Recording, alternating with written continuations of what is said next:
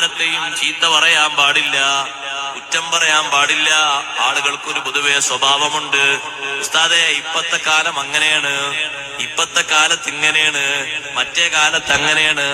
കാലത്തിനെന്ത് കുറവാ സഹോദരങ്ങളെ സംഭവിച്ചത്, കാലത്തിനെന്ത് പോരായ്മയാ സംഭവിച്ചത്. കാലത്തെ പഠിക്കരുത്, ലാ തസുബ്ബുദ്ദഹർ, കാലത്തെ ചീത്ത പറയരുത്. ഫഇന്നഹു ഹുവല്ലാഹ്, കാലം പടച്ച് സംവിധാനിച്ചവൻ അല്ലാഹുവാൻ. കാലത്ത് ചീത്ത പറയാൻ പാടില്ല. കാലത്തിന് അതിന്റെ സൗന്ദര്യം പണ്ടുള്ളതുപോലെ ഇപ്പോഴുണ്ട്, ഒരു കുറവില്ല. നമ്മളെന്തിന് കാലത്തിലേക്കെല്ലാം ചേരി തീർത്തി പറയണം? ഇപ്പത്തെ കാലം എങ്ങനെയാണ്, ഇപ്പത്തെ കാലം എങ്ങനെയാണെന്നല്ല, കാലക്കാരെ പറയേണ്ടത്. ഷാഫി ഇമാം റളിയല്ലാഹു അൻഹു പറഞ്ഞില്ലേ, നഈബു സമാനനാ വൽ ഐബു ഫീനാ വമാ ലിസമാനിനാ ഐബുൻ സിവാനാ. നമ്മൾ കാലത്തെ പഴിക്കുന്നു, എന്തിനും കാലത്തെ പഴിചാരുന്നു. സത്യത്തിൽ കാലത്തിനൊരു കുറവും ഇല്ല. വൽ ഐബു ഫീനാ, പോരായ്മയുള്ളത് നമ്മിലാണ്. നമ്മിലുള്ള കുറവെന്തിനാണ് കാലത്തിലേക്ക് ചേർത്തി പറയുന്നത്?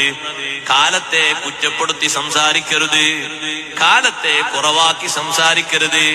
കാലത്തിന് സൗന്ദര്യം നൽകിയതും അതിനെ പടച്ച് സംവിധാനിച്ച് ചലിപ്പിക്കുന്നതും അല്ലാഹുവാണ്. കാലത്തിനെ പഴിക്കുമ്പോൾ അത് അല്ലാഹുവിനെ പഴിക്കലാകും.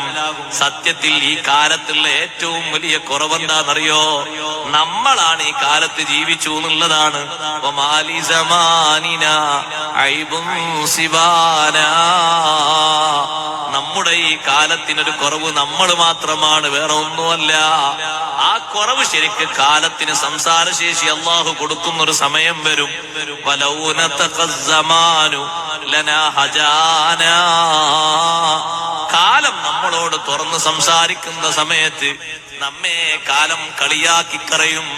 കാലത്തെ അല്ലാഹു സാക്ഷിയാക്കി കൊണ്ടുവരുന്നൊരു സമയം വരുന്നുണ്ട് പരലോകത്ത്. സമയം എന്നുള്ളത് സാക്ഷിയായി എവിടെ വരും? ഒരു മുസ്ലിമായ മനുഷ്യന് 7 സാക്ഷികളല്ലേ അല്ലാഹു നൽകുന്നത്.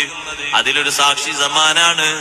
സമാൻ അവിടെ വിളിച്ചു പറയും, കറക്റ്റ് ടൈം പറയും, മണിക്കൂർ പറയും, സെക്കൻഡ് പറയും, മൈക്രോ സെക്കൻഡ്, എല്ലാം കൃത്യമായി വിവരിച്ചു പറയും. ഒന്നും തെറ്റായി തോന്നുകയില്ല.